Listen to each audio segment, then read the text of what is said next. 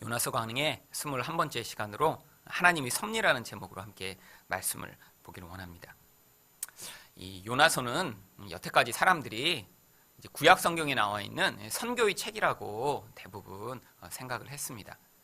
왜냐하면 이 니느웨라고 하는 이방인들을 향해 이렇게 전도하고 또 그들을 구원하는 이야기가 요나서에 기록되어 있기 때문이죠. 그런데 이렇게 너무 한 관점으로만 보다 보니까 요나서가 원래 기록된 목적을 잊어버리게 됐습니다.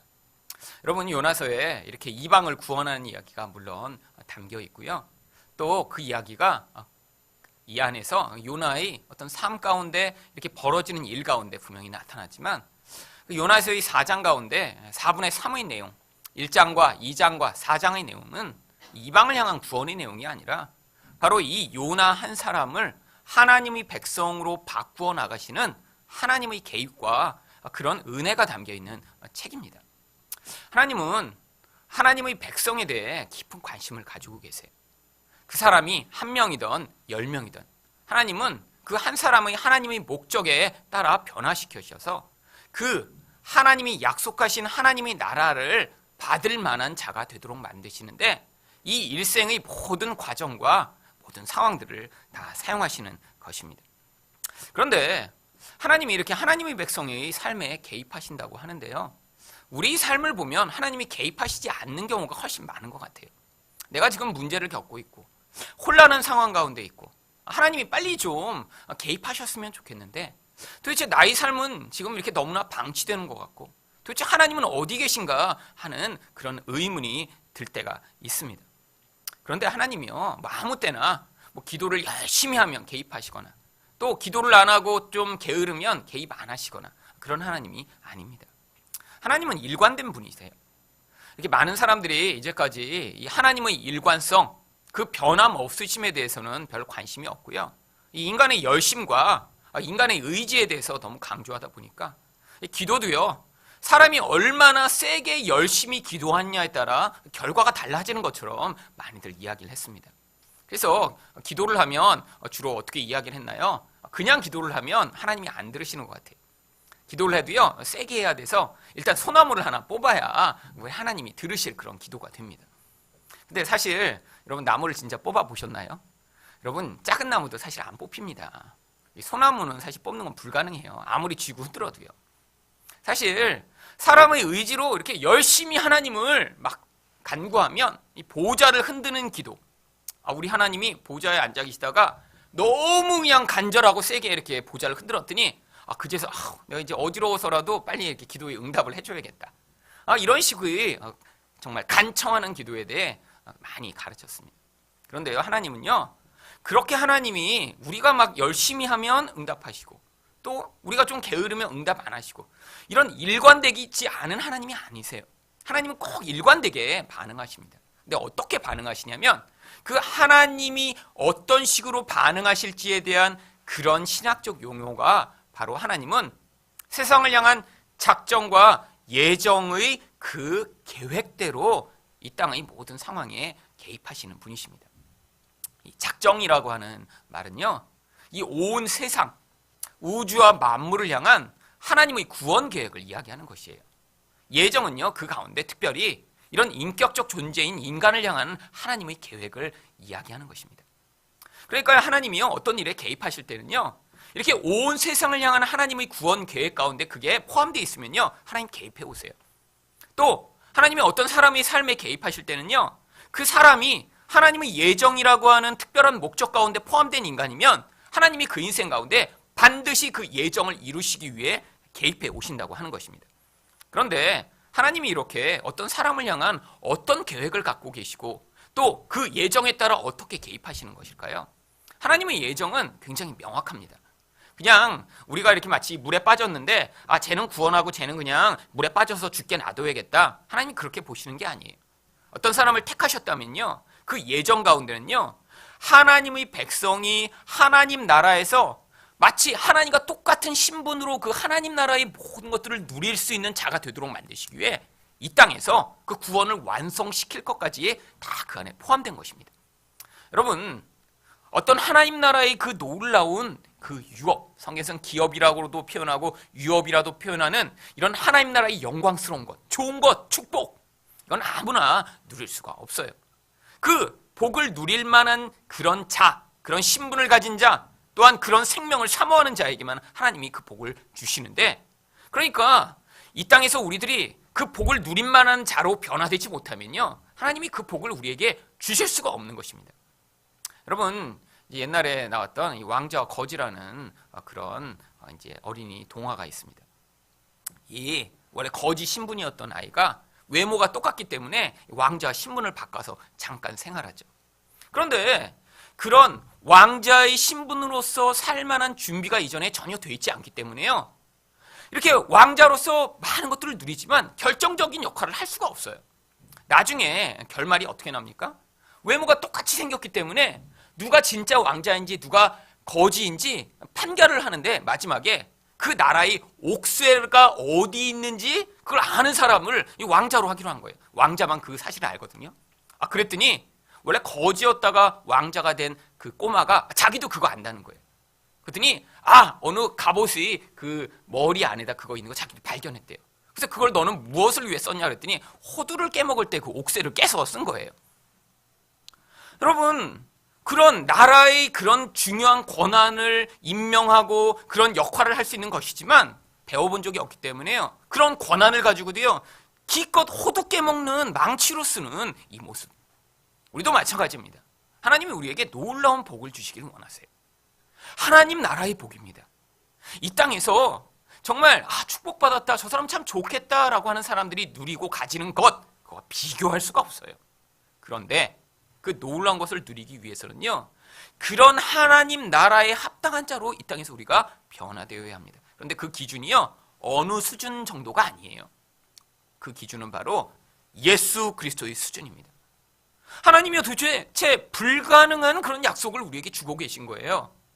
하나님이라고 하는 존재와 전혀 다른 우리가 예수 그리스도의 장성한 분량에까지 이르러 그 하나님 나라의 복을 똑같이 누리면서 하나님처럼 살게 해주시겠다고 약속하시고요, 하나님이 택하신 자들을요 인생 가운데 개입해 오셔서 그런 자리까지 이끌어 가신다고 하는 것입니다.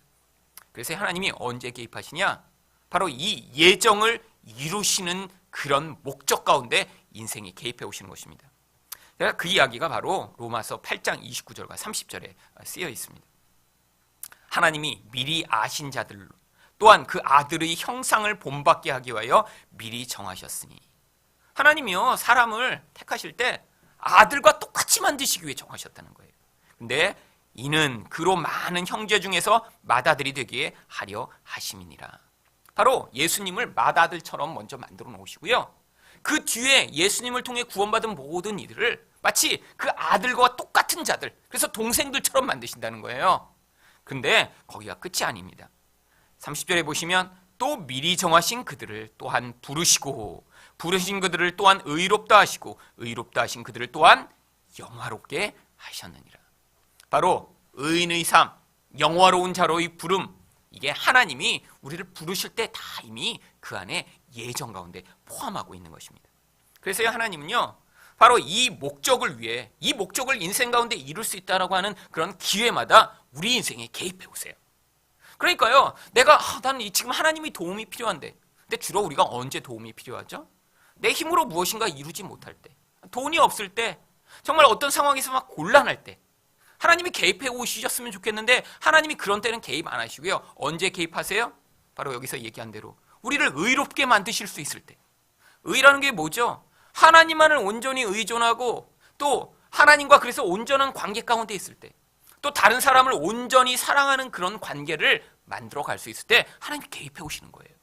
또한요, 우리를 영화롭게 만드시기 위해 이 땅에 눈에 보이는 것으로 자기의 영광을 삼으려고 하는 그 모든 인간의 본질로부터 하나님이 끄집어내셔갖고요, 하나님이 주시는 영광과 하늘 생명으로만 살아가는 자들을 되게 만드시는 그런 계획가 있을 때마다 하나님이 우리 인생에 개입해 오신다고 하는 거예요.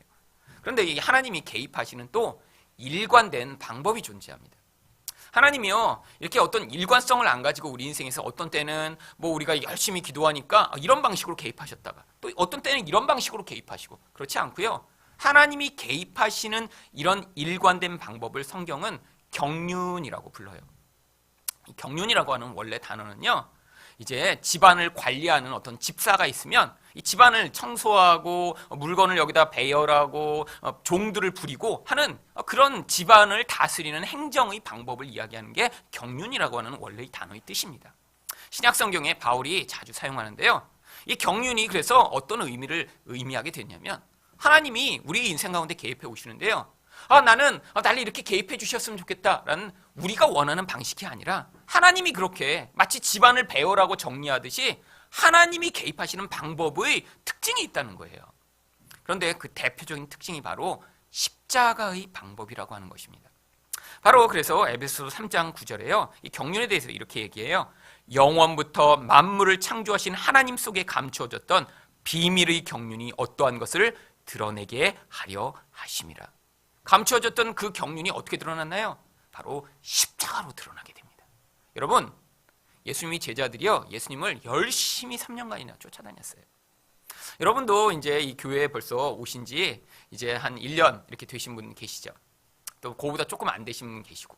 그러니까 이렇게 벌써 한 1년쯤 이렇게 교회 다니시면서 이제 저를 보시면, 자주는 못 보셨지만 그래도 저 김일승 목사가 이렇게 무슨 얘기하면 항상 결론이 똑같다, 이런 이제 예측을 하실 수 있잖아요. 그렇죠? 지난번에도 여기 뒤에 청년들이 이렇게 얘기하다가 제가 지나가니까 제가 지나가는 걸 모르고 김일승 목사님은 결론이 늘 똑같아. 무슨 결론 똑같죠? 저는 결론이 똑같아요. 사실 저도 알아요. 근데 그게 제가 설교하는 목적입니다. 예수 믿지 않는 사람들을 예수 그리스도만 의존하도록 만드는 자 되게 만드는 게 제가 설교하고 가르치고 사역하는 모든 목적이기 때문에, 결론이 그게 아니면 제가 약간 문제가 생긴 거예요, 중간에. 그러니까 저는 할 수 있는 대로 이 일을 할 겁니다. 그러니까 여러분도 저랑 얼마만 사귀셨어도 저에 대해 이제 기대하시는 바가 있어요. 그런데 여러분, 예수님의 제자들은요, 뭐 일주일에 한 번 가서 말씀을 들은 게 아니에요. 예수님과 3년을 같이 밥을 먹으면서 살았습니다. 예수님이 행하시는 기적을 봤어요. 그가 말씀하시는 건요, 우리는요, 성경이에요. 정말 그분이 하신 말씀 가운데 1000분의 1도 남아있지 않은 거예요. 근데 그걸 다 들었어요. 그런데 결론이 뭔지 아세요? 예수님의 제자들, 예수님 저기 예루살렘에 가서 이제 왕으로 등극하시면 높은 자리에 우리가 올라갈 수 있다. 그래갖고요, 예수님이요, 내가 이제 저 예루살렘에 올라가면 이렇게 고난을 당하고 죽을 것이다. 그런데 그 앞에서 서로 높은 자리에 올라가겠다고 싸우고 서로 욕하고 화내고. 그게 어디까지 계속됐냐면요, 예수님이 마지막 밤에 제자들과 성만찬을 하시며 이게 내 피다, 이게 내 살이야, 그리고 이제 내가 곧 잡혀 죽게 된다라고 말씀하시는 그 자리에서도요, 제자들이 내가 더 높아, 너보다 높아야 예수님이 왕이 되시면 내가 더 높은 자리에 갈 수 있어 라고 서로 싸웠던 것이에요. 여러분, 제자들은요, 하나님의 경륜이 이 땅에서 어떤 방식으로 이루어지는지를 몰랐던 것이죠. 바로 이 십자가의 방법, 지금도 마찬가지입니다. 여러분, 많은 사람들이요, 아직도 하나님을 오해해요. 하나님은 지금도요, 우리를 예수 그리스도처럼 만드시기 위해 십자가의 방법으로 인생 가운데 개입해 오세요. 근데 이 십자가의 방법은요, 우리가 원하는 방법과 정반대입니다. 십자가의 방법은 나 자신을 이야기하는 거예요. 십자가의 방법은요, 우리 자아를 죽이는 것을 이야기하는 것이고요. 십자가의 방법은요, 세상의 힘을 다 뺏어서 내가 아무것도 의존할 수 없는 상태가 되게 만든 다음에 하나님만 의존하는 자리로 가게 되는 게 십자가의 방법을 이야기하는 것입니다. 여러분, 그런데 사람들은요, 그걸 싫어해요. 자기 이름이 나길 원하고요, 내가 의존할 수 있는 그런 물질적, 경제적, 세상의 능력을 내가 소유하기를 원합니다. 기도 열심히 해서라도 하나님께 그것을 달라고 구하는데, 많은 사람들이요, 거짓말의 그런 간증과 거짓된 가르침에 속아서 이제까지 이런 십자가의 경륜의 방법으로 하나님의 백성의 인생에 개입하시는 하나님을 외면하고 우상 숭배를 해왔던 것이죠. 여러분, 이런 대표적인 모습이 바로 오늘 이 요나서 이 본문에 나와 있습니다. 이 요나가 5절에서 어떻게 반응을 하냐면, 요나가 성읍에서 나가서 그 성읍 동쪽에 앉아 거기서 자기를 위하여 초막을 짓고 그 성읍에 무슨 일이 일어나는가를 보려고 그 그늘 아래에 앉았더라. 여러분, 왜 성읍 밖에 나갔죠? 지금 이 성이요, 심판이 임해 멸망당한다라고 하는 선포를 한 상태입니다. 근데 성경이요, 뭐라고 이야기하냐면 이 니누의 성은 큰 성이라 3일 동안 걸어 다녀야 다 다닐 수 있는 성이라고 그래요. 그런데 바로 그 설명을 한 다음 절에 또 뭐라고 설명하냐면 요나가 하루만 딱 거기서 심판이 임한다고 선포를 합니다. 왜 하루만 했을까요? 3일 동안 원래 다녀야 되는 곳인데 왜 하루만 선포했을까요? 바로 요나가 그 심판의 선포를 하자마자 성사람들이 회개하기 시작했기 때문이에요. 아니 이거 내가 3일 다 다녔다가는 전부 다 회개할 거 아니야 이거. 그러면 요나가 걱정했던 일이 벌어지는 거예요. 어떤 걱정을 했어요? 혹시 이들이 다 회개해서 하나님이 이들을 용서하실까 봐. 그래서 빨리 성 밖으로 나와버린 거예요. 나머지가 회개 안 하고 있으면 내가 이렇게 하루만, 그러니까 자기는 명령을 지키긴 지킨 거죠. 가서 심판을 선포하라고 했으니까. 근데 가서 하루만 한 다음에 나와서 이 무너지나 안 무너지나 보자. 여러분 사실 이 요나는요 지금 그들이 다 무너져서 죽어버리기를 원하는 마음이 있죠. 이게 얼마나 악한 마음입니까? 여러분 남이요 수십만 명 되는 사람들이 어린아이까지 거기서 다 심판을 받아 멸망하고 죽임당할 것에 대한 그 기대로 성이 바라보이는 위에 가서 언제 저들이 죽나 보자라고 하는 그 인간의 그런 악한 마음. 여러분 여기에 대표적인 이 요나의 모습을 그래서 자기를 위하여 초막을 지었다라고 하는 구절에 표현하고 있습니다. 하나님이 마음에는 관심이 전혀 없는 거예요. 나의 편리, 나의 이익, 나의 관심, 이 모든 것이 요나의 마음의 중심 가운데 아직도 남아 있었던 것이죠. 여러분 그런데 이 요나를요 하나님이 개입하십니다. 여러분 바로 하나님의 백성의 인생 가운데 이럴 때 하나님이 개입하시는 거예요. 여러분 요나가 바라는 대로 선지자였는데 이 요나의 기대대로 하나님이 개입하셨으면 어떤 일이 벌어져야 돼요? 니느웨 성이 다 망해서 죽어버려야 됩니다.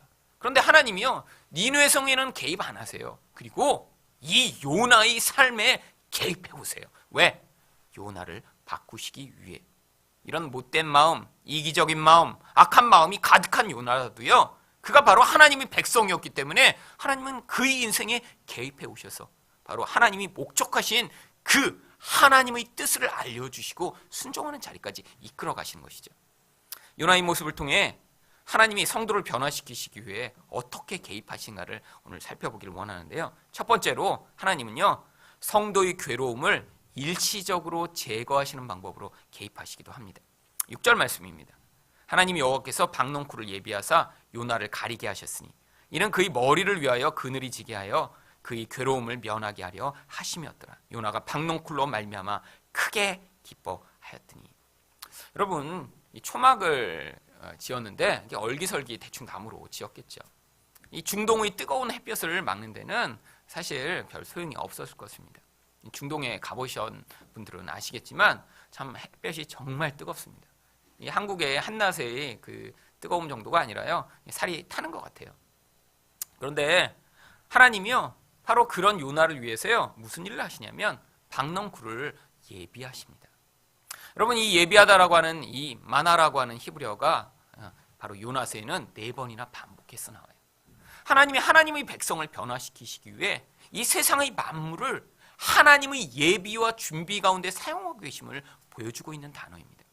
여러분 그런데 이 예비하다, 준비하다라고 번역되는 때는 이 마나라고 하는 원래 히브리어는요 다른 곳에서는 계산하다라고 하는 뜻으로도 번역되는 단어입니다. 바로 어떤 것을 미리 계산하는 거예요. 아 내가 여기서 이런 일을 하기 위해서는 이런 일들을 해야 이런 결과가 나오겠구나. 계산을 하면 그 목적에 합당한 결과를 만들기 위해 미리 무엇인가 준비해야 될 거 아니에요. 아 오늘 저녁에 뭐 20명이 손님이 온다 그러면 그것을 계산한 다음에 20명에 합당한 준비를 해야 될 거 아니에요. 하나님도 우리 인생에서 그러신다는 거예요. 하나님이요 그냥 아무렇게나 우리 인생에서 우리가 열심히 기도하면 그때 도와줘야지, 기도 안 하면 좀 이따 도와줘야지, 이런 게 아니라요 우리 인생 가운데 지금 인생의 끝을 보시면서 지금 이미 다 계산을 해놓으신 거예요. 아 내가 요때 개입해서 요런 일을 해야겠구나, 요때 이렇게 개입하면 얘가 이런 식으로 반응하겠구나, 아기가 태어날 때쯤이면 이런 일들을 경험하도록 하면 되겠구나. 하나님이 인생 가운데 개입하셨다가요 꼭 필요한 것들을 우리 인생에 대해 보내시는 거예요.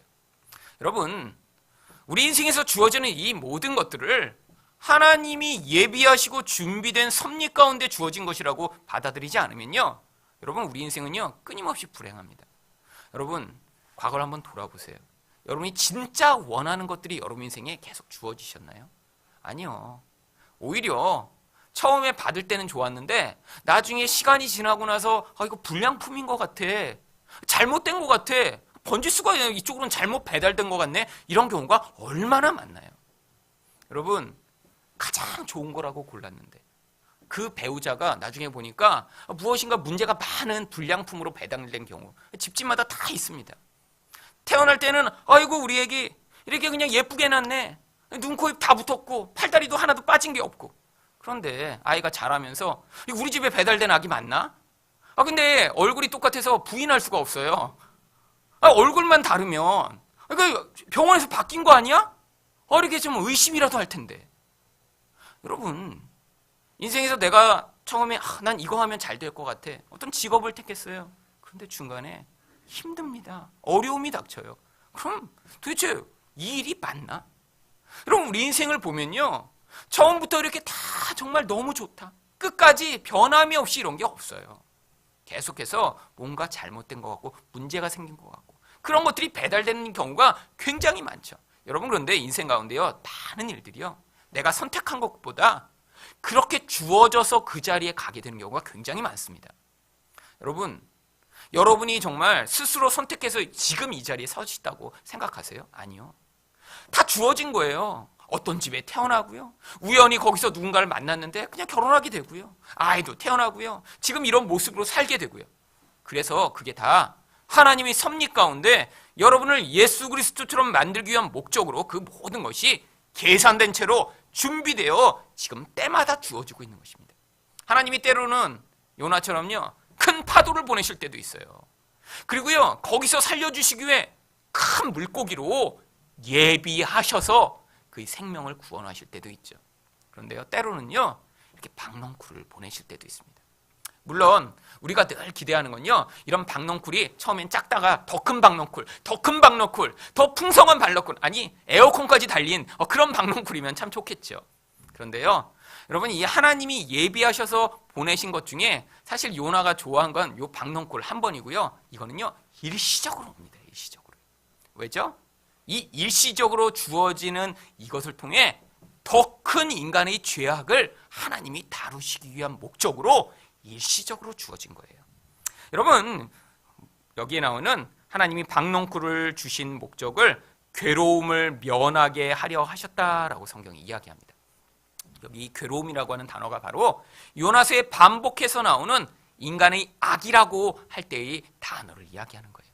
하나님이 악에서부터 구원하시기 위해 박넝쿨을 주셨다. 원래 히브리어를 읽으면 이렇게 돼 있어요. 아니 그냥 읽으면요, 이 뜨거운 햇볕으로부터 잠시 보호하시기 위해 박넝쿨을 보내신 것 같은데요, 이건 이중적 의미가 있는 거예요. 요나를 악에서부터 구원하시기 위해 박넝쿨을 보내신 거예요. 요나의 악이 무엇이죠? 하나님을 반역하는 악입니다. 하나님이 사람을 구원하시고자 하는 그 사랑의 마음으로 지금 반응하고 계신데, 나를 죽여서라도 하나님의 뜻에 반역하고 싶은 이 인간의 무서운 악, 하나님이요 그 악에서부터 구원하시기 위해 지금 박넝쿨을 보내고 계신 거예요. 이 요나의 이런 모습, 그런데요 이 박넝쿨이 잠깐 주어지니까 요나가 얼마나 좋아하는지 성경에 보니까 매우 기뻐했다라고 얘기합니다. 여러분, 이 매우 기뻐했다도 히브리어로 읽으면요 기뻐하고 기뻐했다, 이런 표현입니다. 근데 요나가요 4장 1절에서는 하나님에 대해 어떻게 반응했는 줄 아세요? 이 니느웨 백성들이 이렇게 회개하니까 4장 1절에 뭐라고 얘기하냐면 요나가 매우 싫어하고, 여기서도 히브리어를 읽으면 요나가 악한 악을 발휘하고. 여러분, 하나님이 사람을 살려내시고 구원하시고 하나님의 용서와 사랑을 보여주시는 데 대해서는요 악한 악으로 발휘하면서 자기 편의가 주어지고 자기 햇빛이 조금 가려지니까요 거기에 대해서는요 기뻐하고 기뻐하는 반응을 하는 이런 모습. 하나님이요 때로는 우리 인생에서 좋은 것을 주실 때가 있습니다. 그런데요 좋은 것도요 그것 자체가 목적이 아니에요. 여러분, 이 땅이 정말 좋은 곳이라면요 하나님이요 하나님 백성한테 여기서 좋은 걸 다 주셔야죠. 여러분, 아니에요. 진짜 좋은 것은요 하나님 나라에 있습니다. 여러분, 여기서 만약에요 남들이 좋다고 하는 것, 우리가 기대하는 걸 다 주셔버리면요, 우리는요 기본적으로 하나님 나라를 사모하지 않게 돼 있어요. 여러분, 사실 그렇기 때문에 하나님이요 이 땅에서는요 적절한 목적 가운데 어떤 것들을 허용하시는 것입니다. 그리고 그것마저도 더 큰 하나님 나라의 구원을 위한 목적으로 그것들이 허용되고 있는 것이죠.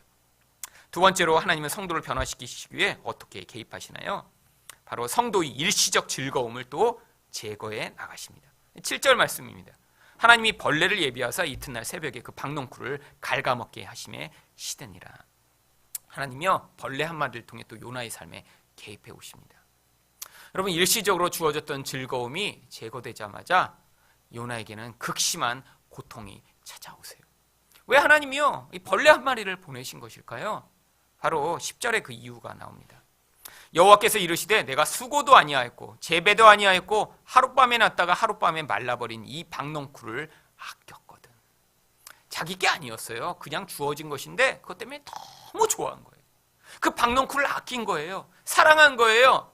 그런데 하나님이요 그런 이기적인 요나의 모습과 대조되는 하나님의 모습을 보여주기 위해 이 박농쿨을요 하룻밤에 또 벌레를 보내셔서 갉아 먹도록 하신 것입니다. 여러분, 요나는요 선지자예요. 하나님의 뜻을 선포하고 하나님의 일을 위해 사는 자입니다. 그런데도요 어떤 자리에서 요나의 이기성이 가장 극명하게 드러났죠? 바로 사역의 자리에서 그 이기성이 극명하게 드러납니다. 여러분, 교회가 왜 존재한다고 생각하세요? 사실은요 이 교회는요 두 가지 중요한 목적을 가지고 있습니다. 한 가지는요 이 안에서 하나님의 복음의 말씀을 듣기 위한 목적이에요. 근데 또 한 가지 중요한 목적이 있어요. 바로 이 자리에서요 우리 자신이 가진 이기성과 죄성을 아주 밑바닥까지 뿌리 깊게 보도록 만드시기 위해 하나님이 교회라는 곳에 우리들을 모아놓으신 것이에요. 여러분, 개인적으로 이렇게 혼자서 있다가 구원받으면요 사람들이 다 그렇게 착각할 거예요. 아, 나는 참 선하고 참 좋은 존재야. 여러분, 근데 사람들하고 이렇게 모여서 같이 있다 보면요 불편하고 힘들고요 짜증나고요 이기성이 확확 튀어나옵니다. 여러분, 교회에서는요 어떤 멋진 일을 위해서 우리가 모인 거 아니에요. 여러분, 아무 일을 안 해도 괜찮습니다. 어떤 멋진 결과를 보이지 않아도 괜찮아요. 그런데요 중요한 것 한 가지가 있어요. 이 안에서 우리가 같이 모여 있으면서 드러나는 우리 이기적인 모습을 그것을 남의 탓으로 돌리지 말고 그 안에서 드러난 자기 연약함과 부끄러움을 하나님 앞에서 고백하며 하나님, 이런 죄인을 향한 하나님의 은혜와 긍휼을 베푸셔서 저를 구원하여 주세요라고 하는 하나님의 백성의 변화와 그런 놀라운 은혜의 도구로 삼게 될 때, 여러분, 그런 연약한 사람들이 모여있는 교회를 통해서도 하나님은요 큰 은혜의 결과를 만들어내시는 것입니다. 여러분, 하나님의 일을 한다고 많은 사람들이 이야기하는데요 많이 착각하는 것들이 있어요. 그 일을 내가 열심히 잘해서 어떤 결과를 남기면 하나님이 그걸 기뻐하신다고 생각하는 거예요. 아니에요. 하나님은요 그 일을 통해서도요 그 안에서 드러나는 인간의 그 이기성, 그런 죄악을 자기가 보기를 원하시고요 그 자리에서 구원해내기를 원하시는 거예요. 여러분, 사실은요 선교사들이 선교를 나가면 제일 힘든 일이 뭔 줄 아세요? 가서 막 믿지 않는 사람들에게 복음을 전하는 게 힘든 게 아니에요. 첫 번째로 힘든 일은요 사실 자기 안에 있는 편리를 추구하는 이기성과 싸우는 일이 선교사에게 제일 힘듭니다. 왜냐하면 선교지에 나가면 한국에 사는 것보다 인건비가 싸거든요. 제가 아는 어떤 선교사는요 그래서 정원사 2명, 운전사 2명, 아내 거 남편 거 따로, 그 다음에 집에 하녀 3명, 자기 집에서 그래서 거느리는 하인과 하녀만 한 10여 명 된대요. 근데 그것도 모자라서 한국에서 이렇게 막 이제 학생들을 이렇게 우리 자녀들 이렇게 선교사로 너무 힘든데 자녀 가르치기 어렵다고 와서 가르쳐 달라고 이렇게 선교로 헌신할 학생들 모집한다고 학교마다 이렇게 올려갖고 그런 학생들을 불러다가 와 보니까 이 선교사가 이상하게 살고 있는 거예요. 돌아가겠다고 하면 여권 뺏은 다음에 못 가게 하고. 사실은 지금 저희 교회 다니고 있는 학생도 그런 데 가서 갇혀 있다가 탈출한 경우도 있어요. 여러분, 거기서 지금 이기적인 이 모습이 표출되는데 그 안에서 결국 그 유혹에 넘어가 버린 거죠. 여기서는 그렇게 살 수 없거든요. 여러분, 여기서 아무리 부자라도 한인을 10명씩 거느리고 한국에서는 못 살거든요. 근데 거기 갔더니요 왕처럼 살 수 있는 거예요. 그러니까요, 그 이기성에 굴복해 버리는 거죠. 자기 욕망을 거기서 대신 이루는 거죠. 여러분, 또 다른 선교사들이 가장 힘든 문제가 뭔지 아세요? 다른 선교사들의 미움과 질투. 여러분, 선교 사역을 하는데 혼자 하기는 어렵습니다. 같이 해야 되는데요, 조금만 누가 유명해지거나 조금만 잘하면요, 주변에 있는 선교사들이 도대체 못 견디게 만드는 거예요. 여러분, 2009년에 나왔던 소명이라고 하는 이제 다큐멘터리 영화가 있습니다. 이 아마존에 바나와 인디안 부족과 사역을 했던 이 강명관 선교사님을 이제 모델로 해갖고 이제 다큐멘터리를 찍은 거예요. 그리고 많은 사람들이 그 영화를 보면서 이제 은혜를 받았어요. 저도 이제 미국에 있을 때 이제 그 다큐멘터리를 보면서 참 많이 이제 감동을 받았어요. 이제 정말 아마존에 정말 전기도 없죠, 아무것도 없는 그런 정말 깡촌에 들어가서 거기서 이제 성경 번역 선교사를 하고 있는 이 선교사님 부부예요. 정말 그들과 같이 살면서 거기서 그들을 위해 사랑하고 그들과 헌신하고 정말 그걸 보면서 많은 사람들이 은혜를 받았어요. 그래갖고 이제 이분이 유명해졌어요. 이제 한국에 이제 병을 치료받으러 잠깐 나오셨었는데 지나가던 사람들도 다 알아볼 정도로 아주 유명해졌어요. 그런데 이분이요, 그렇게 그 영화가 나온 다음에 얼마 후에 선교지를 떠나서 거의 2년 동안 못 돌아갔습니다. 왠지 아세요? 그가 유명해진 거를 알게 된 그 주변에 있던 남미 선교사들이요, 미국에 있던 선교 본부한테 이분을 계속 고발한 거예요. 이런 문제가 있대더라. 이런 돈을 횡령했대더라. 이런 여자 문제가 있대더라. 그래갖고 계속 고소 고발을 해갖고요, 선교 본부에서요, 강 선교사님을 일단 조사가 끝날 때까지 선교를 못하는 걸로 본국에 귀환하라고 그래서요, 선교지를 돌아가지 못하고 2년인가를 한국에 와서 지내다가 그 모든 고발이 거짓말이라는 거를 나중에 선교 본부가 다 결론을 내린 다음에 선교지도 돌아갔어요. 여러분, 이게 인간의 극명한 이기성의 모습입니다. 여러분, 선교사로 나갔다는 것 자체가 얼마나 놀라운 일일까요? 그런데 그런 헌신된 모습, 그런 열정을 가진 모습 이면에서 변화되지 않은 이런 이기성이요, 그 안에서 실제로 하나님 나라를 확장하는 게 아니라요, 마귀의 영향력을 확장하는 도구가 되는 거예요. 여러분, 우리도 똑같은 존재예요. 여기 있으면서요, 하나님이 우리 인생에서 언제 개입해 오시냐면 바로 이런 우리 이기성과 죄악을 드러내실 때 개입해 오십니다. 그런데 또한 마지막으로 하나님은 또 어떻게 개입하시냐면요, 성도를 포기 상태로 만드시기 위해 개입해 오십니다. 8절 말씀이에요. 해가 뜰 때 하나님이 뜨거운 동풍을 예비하셨고 해는 요나의 머리에 쪼임에 요나가 혼미하여 스스로 죽기를 구하여 이르되 사는 것보다 죽는 것이 내게 나으니이다 하니라. 여러분, 하나님이요 또 뜨거운 동풍을 예비하십니다. 이거 원래 없던 거를 예비하신 게 아니에요. 이 지역에는요 원래요 서쪽으로부터 아프리카로부터 불어오는 시로코라고 하는 뜨거운 동풍이 있습니다. 근데 하나님이 그거를 그때 사용하신 것이죠. 얼마나 뜨겁냐면 이 동풍이 불면요, 이 풀들이 다 말라서 죽어버려요. 동물들도요 이 동풍이 불 때는요 다 피해요. 그런데 하나님이요 집중되게 요나 인생 가운데 그 동풍을 불어오십니다. 얼마나 고통스러운지요, 이제 혼미해져 갖고요, 이제 죽고 싶다고 하나님 앞에서 외칩니다. 이전에도 한번 죽고 싶다고 했어요. 근데 그때는 뭐라고 하면서 하나님께 죽고 싶다고 했냐면요, 차라리 나를 죽이셔. 하나님의 뜻을 내가 복종하느니 차라리 내가 죽고 말겠습니다. 이런 반역의 모습이었는데요, 이제는 너무너무 고통스러워서 차라리 죽는 게 낫겠다라고 하는 그런 자포자기 상황에 빠집니다. 여러분, 하나님이 결국 우리를 이 자리까지 끌고 가세요. 왜? 하나님이요 우리 안에 있는 이런 강팍한 자아를요 하나님이 때리고 깨뜨리고 막 억지로 우리가 순종하기를 원하시는 게 아니에요. 그건 순종이 아니거든요. 우리 안에서 자아가 스스로 복종하여 하나님 앞에서 모든 것들을 내려놓고 포기하는 자리까지 가야 하나님의 뜻을 받아들일 수 있기 때문이죠. 여러분, 물에 빠진 사람을 구할 때요, 그냥 물에 빠져서 누가 허우적거리면 들어가서 이렇게 구하려고 그러면요, 사실 이 수영을 잘하는 사람도 같이 물에 빠져서 죽는 경우가 많다고 하더라고요. 왜요? 물에 빠져 죽어가는 사람은요, 뭔가 잡히면 목숨을 걸고 그 사람을 잡아당기니까 어느 정도 수영해 갖고는 건지지 못하는 거예요. 근데 수영을 진짜 이제 구조를 잘하는 사람은요, 이제 물에 빠져서 이렇게 허우적대면 이제 이렇게 멀리서 보고 있다가 2번쯤 물에 이렇게 가라앉았다 올라온 다음에 3번째 가라앉으면 이제 꼭 들어가 버린대요. 그럼 3번째 가라앉으려고 그럴 때 이제 물을 많이 먹어서 더 이상 이제 허우적거리고 하는 거를 못할 때쯤 가서 이제 잡아갖고 끌고 나온다고 하더라고요. 여러분, 하나님도 마찬가지예요. 우리 인생에 언제 개입하시냐고요? 바로 이렇게 스스로 하나님 앞에서 저항 못할 때까지 기다리신 다음에 개입하세요. 그래서 우리가 볼 때는 너무 오래 걸리는 것 같은 거예요. 아니, 지금 당장 개입해 오셨으면 좋겠는데. 아니요, 아직 덜 죽어서 그래요. 덜 죽었다는 걸 뭘로 알 수 있는 줄 아세요? 여러분, 우리 안에 있는 분노의 모습으로 알 수 있습니다. 여러분, 분노가 뭐죠? 내 마음대로 되지 않아서 나타나는 그런 반응이에요. 여러분, 분노라는 건요, 아직 내가 살아있다라는 거예요. 하나님의 뜻, 하나님이 내 인생에 개입해 오시는 방법을 나는 거부하고 있다는 거예요.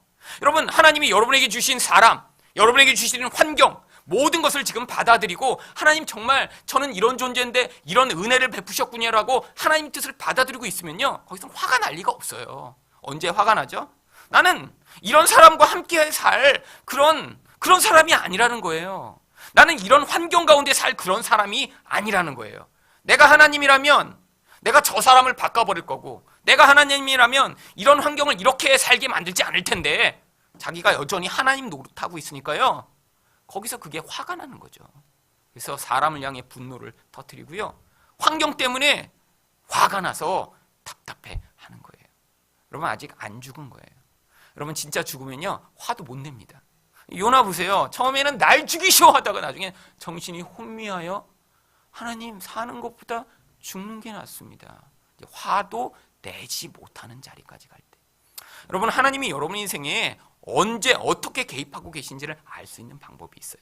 여러분, 아주 사소한 건데요, 분노가 머리끝까지 치밀어 오를 때. 여러분, 사실은 정상적인 상황이라면요, 그렇게 화가 나는 상황이 아니에요.